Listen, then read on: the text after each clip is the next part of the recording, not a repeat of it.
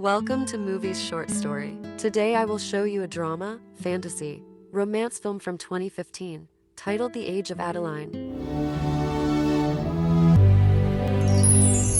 December 31, 2014, one afternoon in San Francisco, Adaline Bowman buys fake IDs at an apartment before returning home to feed her dog. Her apartment is filled with all sorts of old-fashioned items. Then she goes to work opening a box of film reels highlighting historical events and times. She closes the blinds and turns on the projector to watch one of the film reels. Adaline was the first baby born in San Francisco on New Year's Day in 1908. She later married and gave birth to a daughter, Fleming, only to become a widow after her husband died in a tragic accident during the construction of the Golden Gate Bridge in 1937. 10 months later, Adaline had poor visibility on the road during a snowstorm and crashed her car into a ravine. She died in the freezing lake, but lightning struck her car and she came back from the dead. From that moment on, Adaline physically remained 29 years old as time passed. She attributed her date with him and eventually she agrees. The date takes place in a tunnel under San Francisco and he tells her about the history of the place,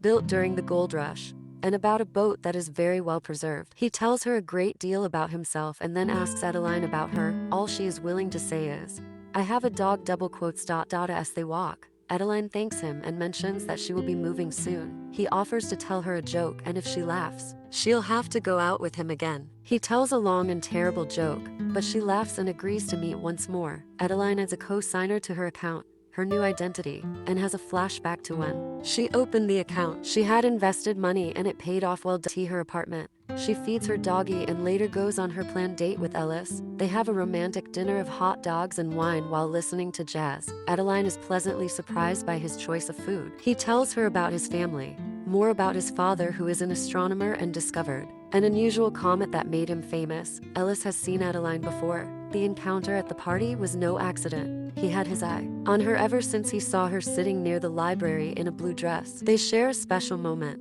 but Adaline refuses to act on his feelings. He still notes that she has not told him much about herself. She just says it's better that way. He says it's not, and they end up sharing a passionate kiss. In the morning, after a very long nap together, she helps him solve some problems with her Portuguese language skills and then leaves for work. While in a taxi, she remembers a man waiting for her with an engagement ring. Frightened, she asks the taxi driver to keep going. Back in the present, Adaline's dog falls ill. To the vet. The doctor says the dog's kidneys are failing and they will unfortunately have to put him down. Adaline has a moment with the pooch and later returns home alone. Her phone rings. She begins to ignore Ellis' calls. She goes through the photos of her puppy and adds them to her album. She cries over the fact that everyone she loves eventually leaves her. Ellis shows up at her apartment. He has found her address in the library. She is visibly upset. Adaline pushes him away. Later, she's at her daughter's apartment looking at some old photos of her. Adaline tells Fleming that she is tired of running away and lying to good people. She tells her about Ellis, and with her daughter's persuasion, Adaline has a change of heart. She visits his workplace and through his colleague, manages to arrange a date at an old covered drive-in movie theater. She explains the story to him as if she had been there, which she was. They drink wine and look at the lighted ceiling. He asks her to come to his parents' 40th anniversary party. She agrees, but only if she is driving. On the way to his parents, Adaline amuses herself, while Ellis is holding on for his dear life. They also pick up Ellis' sister Kiki, who tries to embarrass her brother and his date, but Adaline quickly shuts her down. When they arrive, they are greeted by Ellis' mother Kathy, but when his father William arrives, he calls her by her real name Adaline. She corrects him, saying it's actually Jenny. William is very shaken and says he thinks of someone else. They were very close 50 years ago. Adaline tries not to burst into tears as she makes up the lie that Adaline is her mother. She tells William that Adaline has passed away, which shocks him. When everyone goes to bed, William still feels uneasy. He pours himself a glass of whiskey and reminisces about Adaline, how he helped her start her car, how she flew with him from London to America, and how she told him her real name, even though she had an alias by then. In the morning, they talk about how Adaline and Ellis met. William starts a topic about her mother and how she knew many languages. Ellis admits that Adaline is also multilingual. William starts talking about how intelligent and cultured she was. His face lights up as he talks about Adaline from back then. This upsets Kathy, who hates feeling like a second choice. William tells her he loves her and reassures her that she is the only one for him. Adaline and Ellis go for a walk. He apologizes for his father. That evening, they decide to play a tabletop trivia game about history, in which William has a 47-game winning streak. First, Adaline pretends not to know the answer, but after Ellis taunts her, she answers all the questions correctly, shocking the whole family as she answers questions that are basically meant to be unanswered and wins the game. Adaline is taking a walk when William startles her. They talk about stars as he turns the conversation to how he was going to propose to her mother, but she stood him up. He was the man on the bench from her memories. When William leaves, she tells him that Adaline loved him to as she's about to go to sleep. Ellis tells her that he is falling in love with her and cannot imagine his life without her. Even though they just met, she doesn't respond to him. In the morning, when the rest of the family has left on personal ventures, Adaline goes for a walk and runs into William.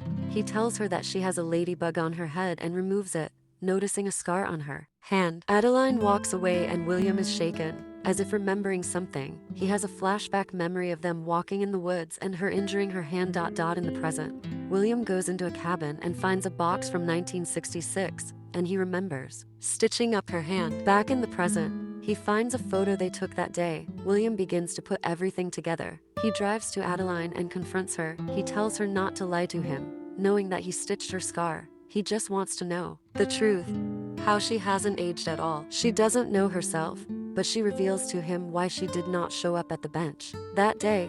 She was scared. He begs her to stop running. Because of Ellis, she can live, but she will never have a life if she keeps this up. She flees through the forest and returns to the house. She then packs her things, writes a note to Ellis while he showers, and leaves the house, grabbing his car keys. William tries to stop her, but to no avail. Moments later, Ellis finds the letter. He confronts his father about it, but he refuses to explain. Adaline ignores Ellis's calls. William gives Ellis his car keys and wishes him luck. Adaline is tired of running away, always running and running. She stops the car, calls her daughter and says she doesn't want to run anymore. She turns the car around and a truck plows into her from the side. He backs up to check on her, but decides against it and drives off. Adaline lies unconscious on the ground. Inexplicably, it snowed in Sonoma County for the first time in 78 years. Ellis drives up and sees his car lying upside down in a ditch. He finds Adaline, whose heart has stopped, and tries to revive her. At the age of 107, Adaline is dead.